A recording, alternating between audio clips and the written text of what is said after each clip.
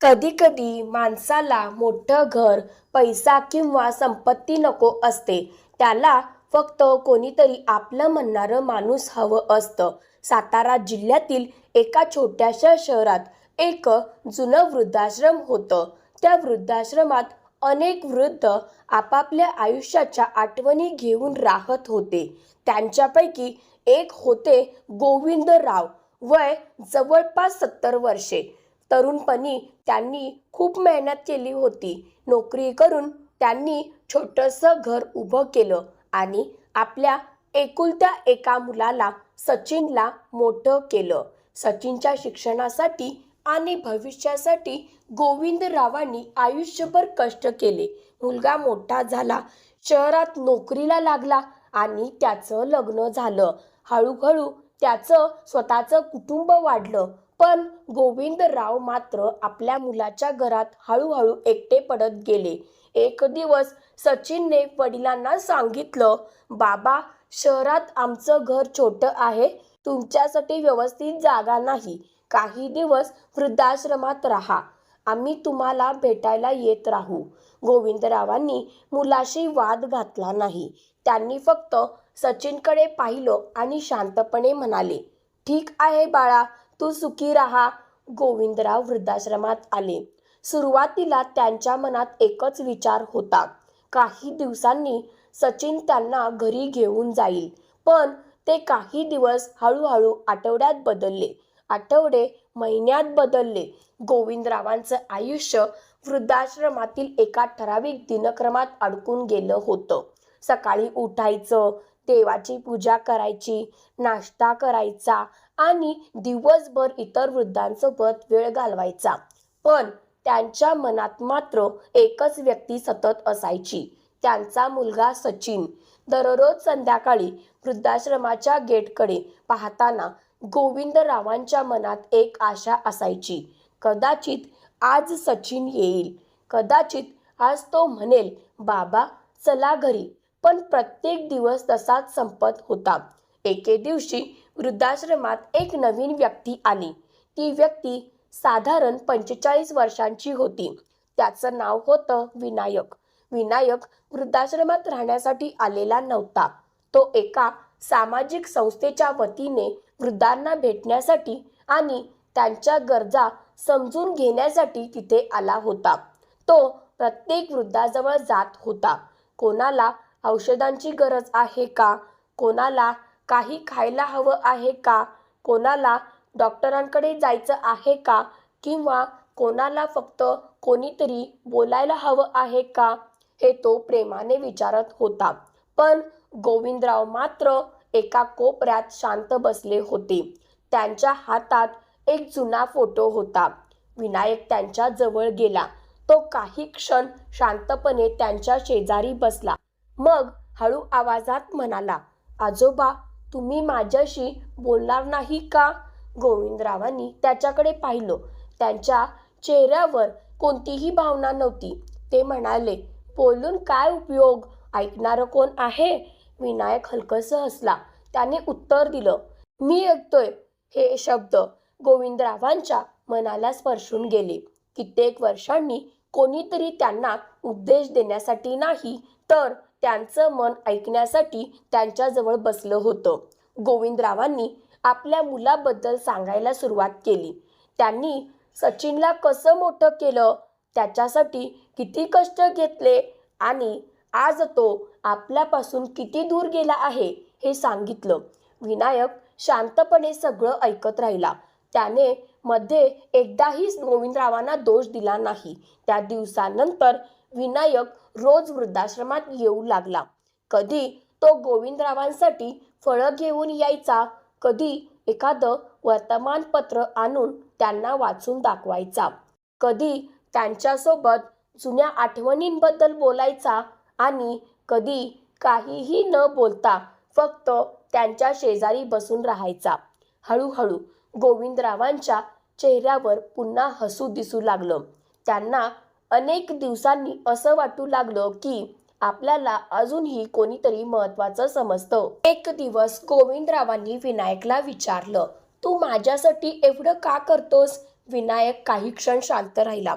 मग म्हणाला, कधी कधी एखाद्या माणसाला मदत करण्यासाठी नात्याची गरज नसते, माणुसकी पुरेशी असते. गोविंदराव हसले, पण गोविंदरावांच्या मनात एक दुःख कायम होतं. त्यांचा मुलगा सचिन. एक दिवस संध्याकाळी दोघेही वृद्धाश्रमाच्या अंगणात शांत बसले होते. सूर्य मावळत होता. आकाशात केशरी रंग पसरला होता. विनायकने हळू आवाजात विचारलं, आजोबा, तुम्ही तुमच्या मुलाला कधी फोन का करत नाही? गोविंदराव काही क्षण शांत राहिले. त्यांनी समोर पाहिलं आणि हळू आवाजात म्हणाले, मी त्याला आयुष्यभर फोन केला. त्याच्या प्रत्येक अडचणीच्या वेळी त्याच्या मागे उभा राहिलो. पण आता त्याला माझी गरज नाही. विनायकने पुन्हा विचारलं, पण तुम्हाला त्याची गरज आहे ना? हा प्रश्न ऐकताच गोविंदरावांच्या डोळ्यात पाणी आलं. ते म्हणाले, वडिलांना मुलाची गरज कधी संपत नाही रे. काही क्षण दोघांमध्ये शांतता पसरली. गोविंदरावांनी खिशातून सचिनचा जुना फोटो काढला. त्या फोटोवरून हात फिरवत ते म्हणाले, हा एवढासा होता तेव्हा माझं संपूर्ण जग होता. त्याला चालायला शिकवलं, शाळेत पाठवलं, त्याच्या प्रत्येक स्वप्नासाठी कष्ट केले. मला वाटत होतं म्हातारपणी तो माझा आधार बनेल. त्यांचा आवाज भरून आला. पण आयुष्याने वेगळंच ठरवलं. विनायक त्यांचं बोलणं शांतपणे ऐकत होता. त्याला जणू काहीतरी सांगायचं होतं, पण तो योग्य क्षणाची वाट पाहत होता. दुसऱ्या दिवशी सकाळी विनायक पुन्हा वृद्धाश्रमात आला. आज त्यांच्या चेहऱ्यावर नेहमीसारखं हसू नव्हतं. त्याच्या हातात एक जुनी फाईल होती आणि मनात अनेक प्रश्न होते. गोविंदराव नेहमीप्रमाणे खिडकीजवळ बसून बाहेरच्या रस्त्याकडे पाहत होते. विनायक त्यांच्याजवळ जाऊन शांतपणे बसला. काही क्षण दोघांमध्ये शांतता होती. शेवटी गोविंदरावांनी विचारलं, विनायक, आज एवढा शांत का आहेस? विनायकने हातातील फाईल त्यांच्यासमोर ठेवली. आजोबा, ही फाईल तुमच्यासाठी आहे. गोविंदरावांनी फाईलकडे पाहिलं. त्यांच्या हातांना किंचित कंप सुटला.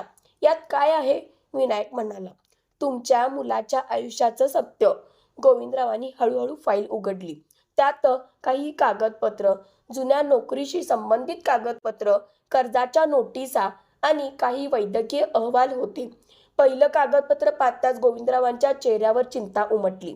त्यांना समजलं की सचिन गेल्या काही वर्षांपासून मोठ्या आर्थिक संकटातून जात होता. त्याची नोकरी गेली होती. घरावर कर्ज वाढलं होतं. मुलांच्या शिक्षणाचा खर्च, घरभाडं, औषधांचा खर्च आणि रोजच्या गरजा भागवणंही त्याच्यासाठी कठीण झालं होतं. गोविंदराव काही क्षण काहीच बोलले नाहीत. त्यांनी दुसरं कागदपत्र उघडलं. ते कर्जाच्या थकबाकीचं होतं. तिसऱ्या कागदपत्रात सचिनच्या वैद्यकीय तपासण्यांचे अहवाल होते. गोविंदरावांच्या डोळ्यात पाणी आलं. ते तरतरत्या आवाजात म्हणाले, माझा मुलगा एवढं सगळं सहन करत होता आणि मला काहीच कळलं नाही. विनायक शांतपणे म्हणाला, हो आजोबा, त्याने कोणालाही आपली परिस्थिती सांगितली नाही. गोविंदरावांच्या मनात जुन्या आठवणी जाग्या झाल्या. त्यांना तो दिवस आठवला ज्या दिवशी सचिन त्यांना वृद्धाश्रमात सोडून गेला होता. त्यांना वाटलं होतं की मुलाला आता वडिलांची गरज उरलेली नाही. पण आज त्यांना समजत होतं की त्या निर्णयामागे दुसरीच वेदना दडलेली होती. गोविंदरावांच्या डोळ्यातून अश्रू वाहू लागले. पण त्याने मला एकदा तरी सांगायला हवं होतं, मी त्याचा बाप आहे. त्याच्या संकटात त्याच्यासोबत उभा राहिलो असतो. विनायक म्हणाला, मलाही हेच वाटतं. पण सचिनला वाटत होतं की त्याची परिस्थिती पाहून तुम्हाला खूप दुःख होईल. गोविंदरावांनी आश्चर्याने त्याच्याकडे पाहिलं. म्हणजे मला वृद्धाश्रमात पाठवताना त्याच्या मनात माझ्याबद्दल राग नव्हता? विनायकने मान हलवली. नाही आजोबा, तो तुमच्यापासून दूर जात नव्हता. तो स्वतःच्या अपयशापासून तुम्हाला दूर ठेवण्याचा प्रयत्न करत होता. हे ऐकताच गोविंदरावांनी चेहऱ्यावर हात ठेवला. त्यांच्या मनात एकच विचार आला, मी माझ्या मुलाला चुकीचं समजत होतो. काही वेळ ते शांत बसले. मग त्यांनी विनायकचा हात धरला. विनायक, सचिन कुठे आहे? विनायक काही क्षण शांत राहिला. मग त्याने हळू आवाजात सांगितलं, आजोबा, सचिन सध्या रुग्णालयात आहे. गोविंदरावांच्या चेहऱ्यावरचा रंगच बदलला. रुग्णालयात? पण का? विनायक म्हणाला, गेल्या काही दिवसांपासून त्याची प्रकृती ठीक नव्हती. सततचा ताण, आर्थिक चिंता आणि आजारपणामुळे त्याची तब्येत बिघडली. गोविंदरावांच्या हातातून फाईल खाली पडली. ते घाबरून म्हणाले, माझ्या मुलाला नेमकं काय झालं आहे? विनायक म्हणाला, डॉक्टर उपचार करत आहेत. सध्या तो त्यांच्या देखरेखीखाली आहे. गोविंदराव उठण्याचा प्रयत्न करू लागले. वयामुळे त्यांच्या पायात ताकद नव्हती. तरीही त्यांनी स्वतःला सावरलं. त्यांच्या डोळ्यात आता भीती नव्हती, फक्त मुलाला भेटण्याची तीव्र इच्छा होती. ते विनायककडे पाहून म्हणाले, मला माझ्या मुलाकडे घेऊन चल.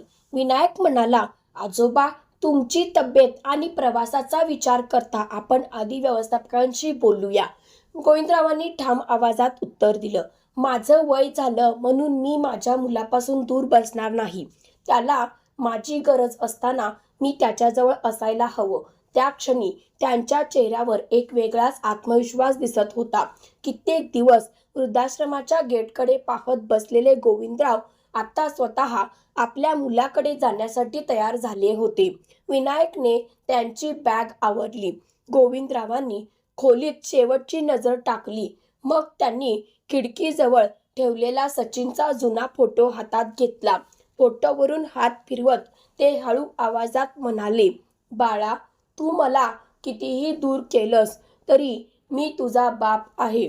तुझं दुःख माझ्यापासून कधीच दूर राहू शकत नाही. त्यांच्या डोळ्यात अश्रू होते, पण त्या अश्रूंमध्ये यावेळी दुःखापेक्षा प्रेम अधिक होतं. विनायकने त्यांना आधार दिला आणि दोघे रुग्णालयाच्या दिशेने निघाले. गोविंदरावांच्या मनात असंख्य विचार सुरू होते. कित्येक वर्षापासून ज्या मुलाची ते वाट पाहत होते, तो आज त्यांच्या डोळ्यांसमोर येणार होता.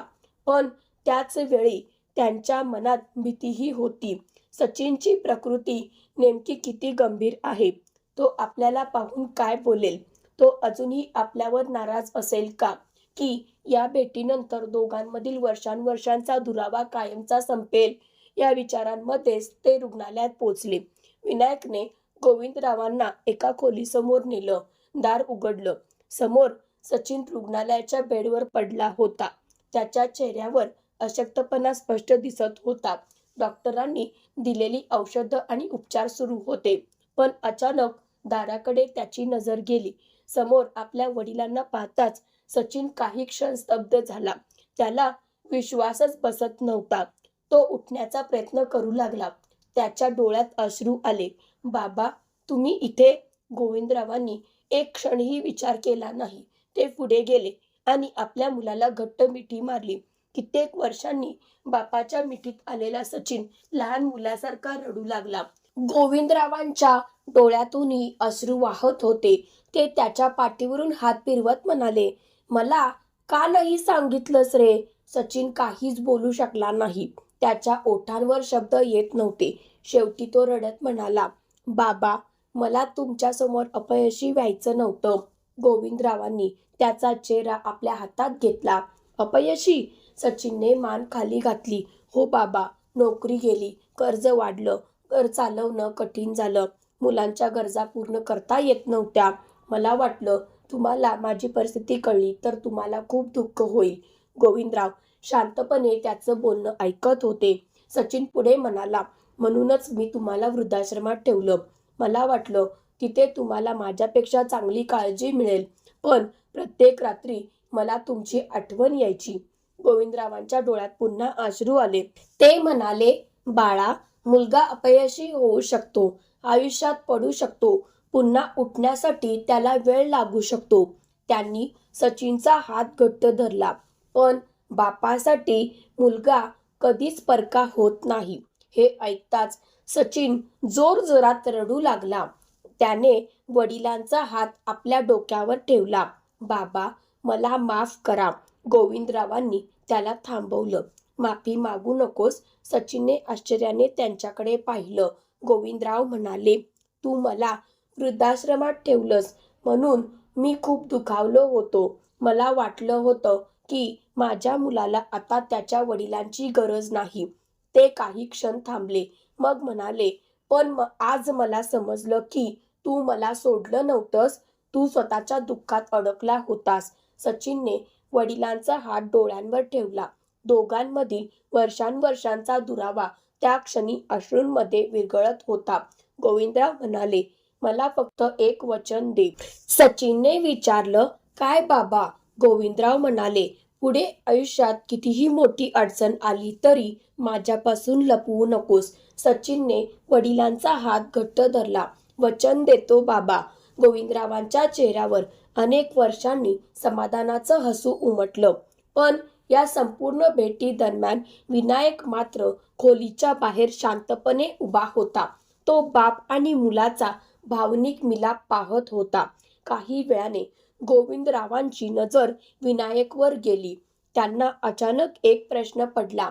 हा माणूस आपल्यासाठी एवढं का करत आहे? त्यांनी विनायकला जवळ बोलावलं. विनायक, तू माझ्यासाठी एवढं का केलंस? विनायक काही क्षण शांत राहिला. गोविंदरावांनी पुन्हा विचारलं, तू मला पहिल्यांदा भेटलास तेव्हापासून माझी एवढी काळजी घेतोयस. माझ्या मुलाबद्दल तुला एवढी माहिती आहे. तू नक्की कोण आहेस? विनायकच्या डोळ्यात अश्रू आले. त्याने हळूहळू आपल्या खिशातून एक जुना फोटो बाहेर काढला. तो फोटो त्याने गोविंदरावांसमोर ठेवला. फोटो पाहताच गोविंदराव थक्क झाले. काही क्षण त्यांना काहीच बोलता आलं नाही. त्या फोटोमध्ये एक लहान मुलगा उभा होता आणि त्याच्या शेजारी तरुण गोविंदराव उभे होते. गोविंदरावांनी फोटो जवळ घेतला. त्यांच्या डोळ्यांसमोर अचानक अनेक वर्षापूर्वीची आठवण उभी राहिली. एक गरीब कुटुंब, शाळेत जाण्यासाठी धडपडणारा एक छोटासा मुलगा. त्याच्या शिक्षणासाठी पैसे नसल्यामुळे त्याच्या आई वडिलांनी त्याची शाळा सोडण्याचा विचार केला होता. तेव्हा गोविंदरावांनी त्या मुलाला पाहिलं होतं. त्यांनी त्याला जवळ घेतलं. तू शिक, पैशांची काळजी करू नकोस. त्या दिवसापासून गोविंदरावांनी त्याच्या शिक्षणाची जबाबदारी घेतली होती. फी भरली, पुस्तकं आणून दिली, शाळेचा गणवेश दिला आणि प्रत्येक वेळी त्या मुलाला एकच सांगितलं, मोठा झाल्यावर चांगला माणूस हो आणि तुला कोणी मदत केली तर ती माणुसकीने पुढे ने. गोविंदरावांच्या डोळ्यातून अश्रू वाहू लागले. त्यांनी फोटोवर बोट ठेवलं. हा मुलगा? विनायक हसला. त्याच्या डोळ्यात अश्रू होते. हो आजोबा, तो मुलगा मीच आहे. गोविंदरावांच्या अंगावर अक्षरशः शहारे आले. त्यांना विश्वासच बसत नव्हता. विनायक? विनायकने मान हलवली. तुम्ही मला शिकवलत, माझ्या आयुष्याला दिशा दिलीत. त्यावेळी माझ्याकडे काहीच नव्हतं, पण तुम्ही माझ्यावर विश्वास ठेवला. तो पुढे म्हणाला, मी मोठा झाल्यावर तुम्हाला शोधण्याचा खूप प्रयत्न केला, पण तुम्ही या वृद्धाश्रमात आहात हे मला काही वर्षांपूर्वी समजलं. गोविंदराव शांतपणे त्याच्याकडे पाहत होते. विनायक म्हणाला, त्या दिवशी मी इथे आलो आणि तुम्हाला पाहिलं, पण तुम्ही मला ओळखले नाहीत. गोविंदरावांच्या डोळ्यातून अश्रू वाहू लागले. त्यांनी विनायकला जवळ घेतलं. मला माफ कर बाळा, मी तुला ओळखू शकलो नाही. विनायक म्हणाला, तुम्ही मला ओळखलत नाहीत याचं मला दुःख नाही आजोबा, कारण मी तुम्हाला कधीच विसरलो नव्हतो. गोविंदरावांनी त्याला घट्ट मिठी मारली. सचिन हे सगळं पाहत होता. त्याच्या डोळ्यातही अश्रू होते. त्याला त्या क्षणी आपल्या वडिलांची खरी ओळख नव्याने समजली. ज्यांना तो वृद्धाश्रमात ठेवून आला होता ते फक्त त्याचे वडील नव्हते, ते आयुष्यभर इतरांच्या आयुष्यात प्रकाश देणारे माणूस होते. गोविंदरावांनी सचिनकडे पाहिलं. बाळा, आयुष्यात आपण किती पैसे कमावले हे महत्त्वाचं नाही, आपण किती माणसं कमावली हे महत्त्वाचं आहे. सचिनने मान खाली घातली. बाबा, आज मला तुमच्याकडून पुन्हा एकदा शिकायला मिळालं. गोविंदराव हसले आणि मला माझ्या मुलाकडून एक गोष्ट शिकायला मिळाली. सचिनने विचारलं, काय?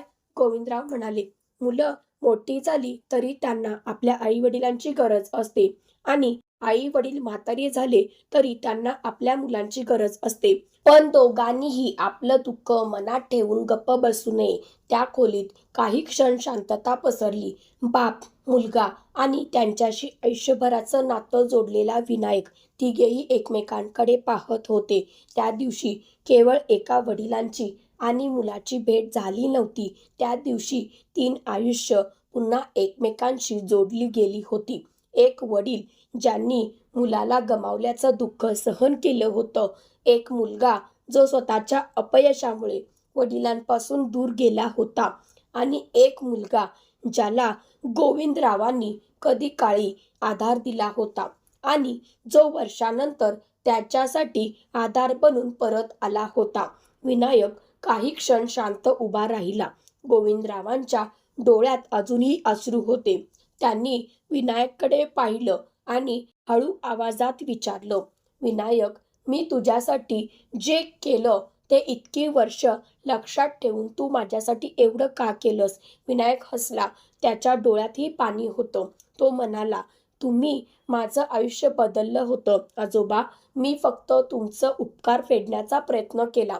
गोविंदराव काही क्षण त्याच्याकडे पाहत राहिले. त्यांना त्या दिवसांची आठवण झाली, जेव्हा विनायक एक गरीब मुलगा होता आणि शिक्षण सोडण्याच्या परिस्थितीत होता. त्यावेळी गोविंदरावांनी त्याला आधार दिला होता. त्यांनी त्याला शिकवलं होतं. पण गोविंदरावांनी त्या मदतीचा कधीही मोठेपणा केला नव्हता. त्यांना वाटायचं, एखाद्या गरजूला मदत करणं हे उपकार नसतात, ती माणुसकी असते. आज त्याच माणुसकीचं उत्तर त्यांच्या आयुष्यात परत आलं होतं. गोविंदरावांनी विनायकला घट्ट मिठी मारली. त्यांच्या डोळ्यातून अश्रू वाहत होते. ते म्हणाले, "मला वाटत होतं मी या जगात एकटा आहे. माझा मुलगा मला विसरला. माझं कुटुंब माझ्यापासून दूर गेलं. पण आज समजलं की माणूस कधीच एकटा नसतो. आपण आयुष्यात केलेली चांगली माणुसकी कुठेतरी जिवंत असते." विनायकने त्यांच्या हातावर हात ठेवला. "आजोबा, तुम्ही मला एकदा आधार दिलात, म्हणूनच आज तुमच्या आयुष्यात तुम्हाला आधार देण्याची वेळ आली." सचिन हे सगळं शांतपणे ऐकत होता. त्याच्या मनात आपल्या वडिलांविषयीचा अभिमान आणखी वाढला. त्याने वडिलांच्या जवळ येऊन त्यांच्या हातात हात ठेवला. "बाबा, मला तुमच्याकडून खूप काही शिकायचं बाकी आहे." गोविंदराव हसले. "माझ्याकडून शिकायचं असेल तर एकच गोष्ट लक्षात ठेव. माणसाला त्याच्या पैशांमुळे नाही, तर त्याच्या माणुसकीमुळे मोठं समज." काही दिवसांनी सचिनची प्रकृती हळूहळू सुधारू लागली. डॉक्टरांनी त्याला घरी जाण्याची परवानगी दिली. सचिनने ठरवलं की आता वडिलांना पुन्हा वृद्धाश्रमात एकटं सोडायचं नाही. तो गोविंदरावांकडे गेला. "बाबा, आता आपण घरी जाऊया." गोविंदरावांनी त्याच्याकडे पाहिलं. त्यांच्या चेहऱ्यावर हलकंसं हसू होतं, पण त्यांनी लगेच होकार दिला नाही. ते म्हणाले, "मी घरी येईन, पण माझी एक अट आहे." सचिनने विचारलं, "काय अट?" गोविंदराव म्हणाले, "माझ्यासारख्या कोणत्याही वृद्धाला आपल्या मुलाची वाट पाहत एकटं बसावं लागू नये." सचिन शांत झाला. त्याला वडिलांच्या बोलण्याचा अर्थ समजला. गोविंदराव पुढे म्हणाले, "वृद्धाश्रमात राहणाऱ्या प्रत्येक माणसाला फक्त राहण्यासाठी खोलीची गरज नसते. त्याला बोलण्यासाठी कोणीतरी हवं असतं. त्याचं दुःख ऐकण्यासाठी कोणीतरी हवं असतं. आणि सर्वात महत्त्वाचं म्हणजे त्याला आपलं म्हणणारं कोणीतरी हवं असतं." सचिनने वडिलांचा हात धरला. "बाबा, आपण हे काम एकत्र करू." विनायकही म्हणाला, "मीही तुमच्यासोबत आहे." त्या दिवसापासून तिघांनी मिळून एक छोटासा उपक्रम सुरू करण्याचा निर्णय घेतला. वृद्धाश्रमातील वृद्धांसाठी एक स्वतंत्र आधार केंद्र सुरू करण्यात आलं. तिथे वृद्धांना फक्त राहण्याची जागा नव्हती, त्यांच्यासोबत वेळ घालवणारी माणसं होती. त्यांचं दुःख ऐकणारे लोक होते. त्यांच्या औषधांची काळजी घेणारे लोक होते. कोणी आपल्या मुलाची आठवण काढत असेल तर त्याच्याजवळ बसणारा कोणीतरी होता. कोणी नातवंडाच्या आठवणी सांगत असेल तर त्या आठवणी प्रेमाने ऐकणारा कोणीतरी होता. हळूहळू त्या वृद्धाश्रमाचं वातावरण बदलू लागलं. जिथे आधी शांतता आणि एकटेपणा होता, तिथे आता हसण्याचे आवाज ऐकू येऊ लागले. वृद्धांच्या चेहऱ्यावर पुन्हा आनंद दिसू लागला. एका दिवशी गोविंदराव त्या केंद्राच्या भिंतीकडे पाहत उभे होते. भिंतीवर एक वाक्य लिहिलं होतं, "वृद्ध आई वडिलांना फक्त छप्पर नको असतं, त्यांना आपल्या माणसांचा आधार हवा असतो." गोविंदराव बराच वेळ त्या वाक्याकडे पाहत राहिले. त्यांच्या डोळ्यात पाणी आलं. पण यावेळी ते अश्रू दुःखाचे नव्हते, ते समाधानाचे होते. कारण आयुष्याच्या शेवटच्या टप्प्यावर त्यांना पुन्हा एकदा आपलं कुटुंब मिळालं होतं. त्यांचा मुलगा सचिन पुन्हा त्यांच्याजवळ होता. विनायक त्यांच्या आयुष्यात मुलासारखा परत आला होता. आणि वृद्धाश्रमातील अनेक वृद्ध आता त्यांना आपल्या कुटुंबाचा भाग वाटत होते. एका संध्याकाळी गोविंदराव गेटजवळ बसले होते. काही वर्षांपूर्वी याच गेटजवळ ते आपल्या मुलाची वाट पाहत बसायचे. पण आज परिस्थिती वेगळी होती. सचिन त्यांच्यासाठी चहा घेऊन आला. बाबा, चला, चहा तयार आहे. गोविंदराव हसले. ते म्हणाले, हो बाळा, येतो. त्यांनी गेटकडे शेवटची नजर टाकली. कधी काळी ज्या गेटमधून ते आपल्या मुलाची वाट पाहत होते, त्याच गेटमधून आज त्यांचा मुलगा त्यांना प्रेमाने घरी घेऊन जात होता.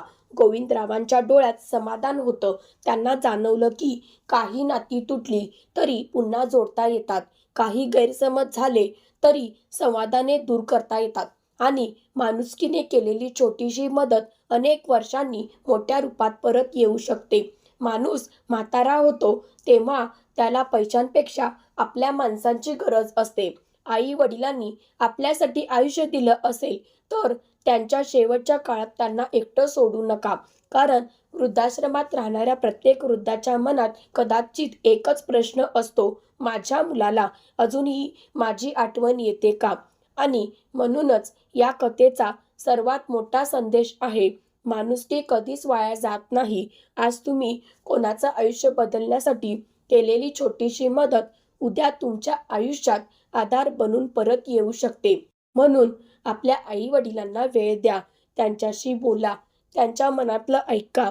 कारण त्यांना कदाचित तुमच्याकडून मोठी संपत्ती नको असेल, त्यांना फक्त एवढंच हवं असेल, माझं मूल अजूनही माझ्यासोबत आहे.